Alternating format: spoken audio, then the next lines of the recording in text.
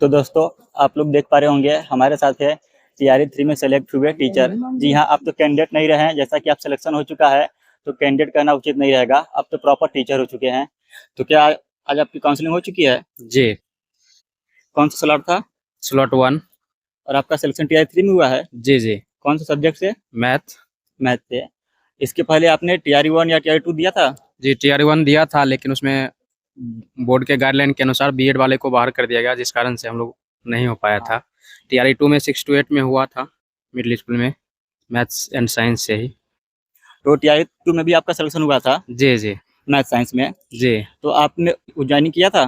TRE 2 में join नहीं कर पाया था। क्यों? क्योंकि मैं पहले से ही बीएसएससी कलर के पद पे, समाहरणालय कलर के पद पे अपने जिला में ही पोस्टेड हूँ। हाँ। इस वजह से मैं उस 6 to 8 में टीचर के पद पे ज्वाइन नहीं कर पाया था। लेकिन इस बार टीआरई 3 में 9 to 10 में हो जाने के कारण मैं ज्वाइन करूंगा टीचर में ही।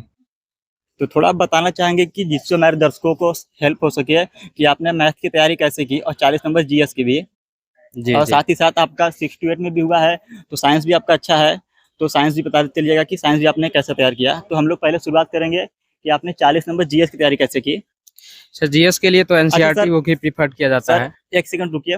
जी। मैं आपसे पूछना चाहता हूँ दर्शकों के लिए कि आपने ऑनलाइन पढ़ा था या ऑफलाइन या सेल्फ स्टडी पढ़ा था, क्योंकि दर्शकों के मन में बहुत डाउट रहता है कि किस कोचिंग को ज्वाइन करें, ऑनलाइन पढ़े ऑफलाइन पढ़े। मैंने सेल्फ स्टडी किया है, जॉब में रहते हुए साथ साथ सेल्फ स्टडी करते गया। हाँ। जिस कारण से मेरा रिजल्ट होता गया। तो आप 40 नंबर के जीएस के बारे में बता रहे थे, एनसीईआरटी वगैरह कुछ। जी जी। जीएस के लिए हमेशा एनसीईआरटी प्रीफर किया जाता है, 6 to 11 12 का एनसीईआरटी। तो एनसीईआरटी में कौन कौन सा आपने पढ़ा था? केवल साइंस या मैथ या जियोग्राफी वगैरह? नहीं, सभी सब्जेक्ट। सभी सब्जेक्ट। जी, साइंस सोशल राष्ट्रीय साइंस आंदोलन भी है? जी जी जी। मतलब 6 से लेकर 10 तक पढ़ा था कि उसके ऊपर भी? हम तो 6 से 10 तक ही पढ़े हैं। 6 से 10 तक। जी। तो आप दर्शकों को क्या प्रीफर करना चाहेंगे, एनसीईआरटी 6 से 10 तक पढ़े या उससे ऊपर? नहीं, यदि वो चाहते हैं कि मेरा 11 12 में सिलेक्शन हो पाए तो वो 11 12 का भी एनसीईआरटी पढ़ना ही पड़ेगा, क्योंकि उससे भी प्रश्न आते हैं। जहाँ तक राष्ट्रीय आंदोलन की बात है तो उसमें भी प्रश्न 11 12 से देखे जाते हैं, तो इस कारण से मैं 11 12 तक का एनसीईआरटी प्रीफर करूँगा। और जिनको केवल प्राइमरी जूनियर या टीजीटी देना है, जैसे कि ज़्यादातर लोगों की संख्या है प्राइमरी जूनियर या टीजीटी, पीजीटी वाले लोगों की संख्या कम है, तो उनके लिए प्रीफर यही रहेगा कि केवल 6 से 10 तक की एनसीईआरटी पढ़े। जी जी जी बिल्कुल। 11 मैंने भी पढ़ा है, 11-12 में क्या होता है कि वहाँ से 1-2 क्वेश्चन आते हैं टीजीटी लेवल तक, और उसमें आपको बहुत ज़्यादा समय देना पड़ जाएगा। जी जी। तो जिनको टीजीटी देना है वो केवल टीजीटी या जूनियर या प्राइमरी, वो केवल एनसीईआरटी प्रीफर करें 6 से लेकर 10 तक। 6 to 10 तक। जी जी बिल्कुल। तो आपने जीएस किया ऐसे, और जीएस का प्रैक्टिस वगैरह कैसे करते थे? सेट प्रैक्टिस लगाया था। सेट प्रैक्टिस कहाँ से? सेल्फ से। सेल्फ से। जी। कौन से प्लेटफॉर्म से? प्लेटफॉर्म का ही आता है हम लोग के यहाँ, रुक्मिणी प्रकाशन का। रुक्मणी प्रकाशन का। जी जी। हाँ। ऑफलाइन और ऑनलाइन को लगाते थे जैसे नो। टेक्स्ट बुक वगैरह? नहीं। नहीं। तो जो आप मॉक लगाते थे तो उसको केवल एक बार लगाते थे कि 2-3 बार अटेम्प्ट करते थे? नहीं, लगाता तो एक ही बार था, लेकिन उसका रिव्यू किया जाता था साथ ही साथ। मॉक लगाने के जस्ट तुरंत बाद हाँ रिव्यू किया जाता था, कहाँ मैंने बाद में उसका रिवीजन करते थे? जी जी बिल्कुल। जी। इस तरह से आपने 40 नंबर जीएस की तैयारी की। जी। और साथ ही साथ बात बताइए कि मैथ और साइंस की तैयारी कैसे की है। तो हम लोग शुरुआत पहले करते हैं साइंस से। जी, साइंस के लिए भी तो आप एनसीईआरटी बुक प्रीफर कर ही सकते हैं। टीजीटी तक के लिए 6 to 10 काफ़ी है। इसके साथ ही मैथ के लिए आप 6 to 12 तक का बुक प्रीफर करें। एनसीईआरटी के साथ साथ मैथ के लिए 6 to 12? जी। हाँ। क्योंकि ज़्यादा फोकस किस पर रहेगा, क्योंकि 6 to 12 तक हमारे हिसाब से बहुत ज़्यादा हो जाएगा, और जैसा कि टीआरई 4 में बहुत कम समय में है, 2.5 से 3 महीने में हो सकता है, तो 6 से लेकर 12 तक पढ़ने में मैथ बहुत ज़्यादा नहीं समय चला जाएगा। जी जी बिल्कुल। उसके लिए आप 9 to 10 का कवर कर लीजिएगा, मतलब तो मोस्ट इम्पोर्टेंट है। जी जी बिल्कुल। मोस्ट इम्पोर्टेंट है साथियों 9 और 10 का। हाँ। और आप लोग यहाँ वीडियो पे देख पा रहे होंगे, स्क्रीन पर मैंने दिखाया है कि इस वाली वीडियो में मैंने 9 और 10 की एनसीईआरटी से दिखाया था जितने क्वेश्चन आए हुए हैं, तो आप लोग जाकर देख सकते हैं। तो 9 और 10 का एनसीईआरटी कंपलसरी है, साथ में एग्जाम्पलर। जी जी बिल्कुल। एग्जाम्पलर पढ़ा था? हाँ हाँ जी। तो इस तरह से मैथ्स का ये फर्स्ट स्टेप है। फिर इसके आगे आपने क्या किया, क्योंकि 9 और 10 से सारा सब्जेक्ट कवर हो नहीं पाएगा टॉपिक। नहीं। हाँ। जैसे टीजीटी के लिए तो 11 12 होगा, और साथ ही साथ कभी कभी आयोग जो है क्वेश्चन में परिवर्तन कर देती है क्वेश्चन के पैटर्न में, तो इसलिए 11 12 का भी प्रीफर किया जा सकता है यदि आपके पास समय उचित हो तब। जैसे साथियों मैंने भी 11th मैथ पढ़ा था सिलेक्टेड टॉपिक, जैसे प्रोबेबिलिटी पढ़ा था और ट्रिग्नोमेट्री, मैंने केवल 2 ही चैप्टर पढ़ा था। तो आप लोग 11th का पढ़िएगा भी, मैं तो केवल सेलेक्टेड पढ़िएगा। जैसे जिसको टीजीटी देना है तो उसमें लिमिट्स वगैरह, इंटीग्रेशन वगैरह ये सब नहीं पढ़ना है, क्योंकि सिलेबस में है ही नहीं। तो 11th अगर आप लोग पढ़िएगा भी तो सेलेक्टेड पढ़िएगा, जो आपके सिलेबस में आ रहा हो।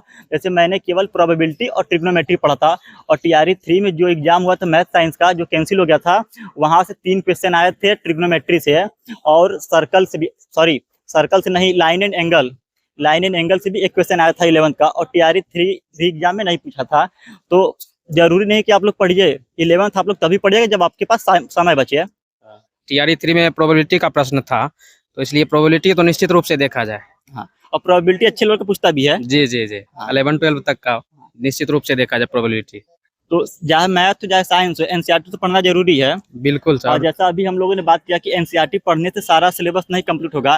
जैसे जिसको जूनियर देना है तो 40 क्वेश्चन में से केवल 10 से 15 क्वेश्चन की तैयारी होगी एनसीईआरटी पढ़ने से। जी और टीजीटी में भी आप लोग का 20 से 25 क्वेश्चन की तैयारी होगी एनसीईआरटी पढ़ने से।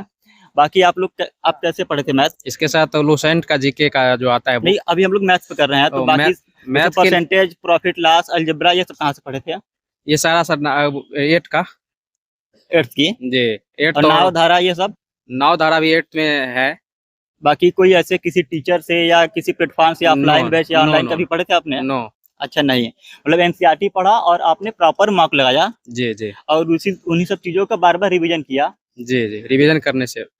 तो आपको क्या लगता है कि सिलेक्शन के लिए ज्यादा पढ़ना इंपॉर्टेंट है कि कम पढ़ के बार बार रिवीजन करना इंपॉर्टेंट है?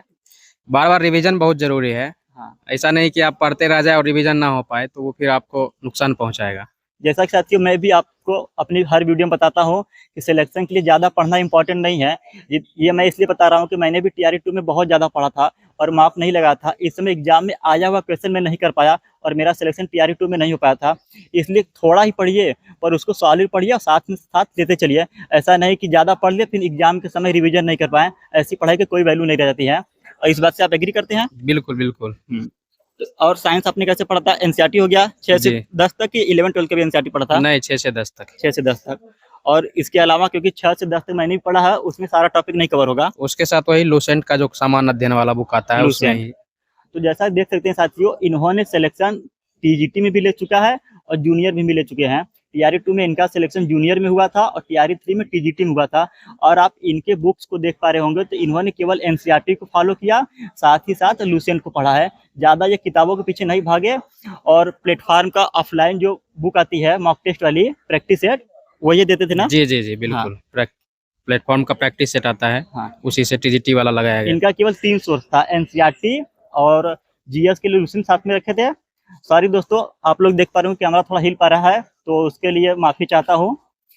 तो एनसीईआरटी पढ़ा, लूसेंट, और साथ में क्या बताया आपने?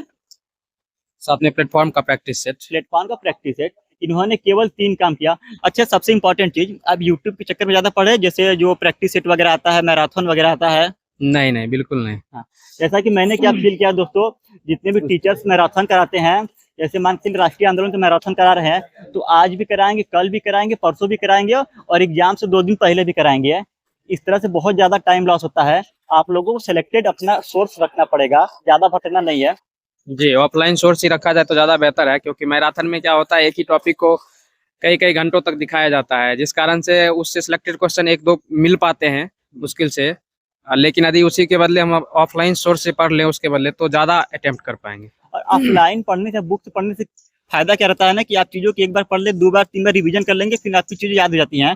जब ऑनलाइन आप लोग पढ़ोगे तो उसमें क्या कि आप ऑनलाइन देखोगे तो सारी चीजों को लिख नहीं पाओगे। तो आपने 2 घंटे 3 घंटे का मैराथन देखा, फिर 1-2 दिन बाद भूल जाओगे, तो उस पढ़ाई का कोई वैल्यू ज्यादा रह नहीं जाता है।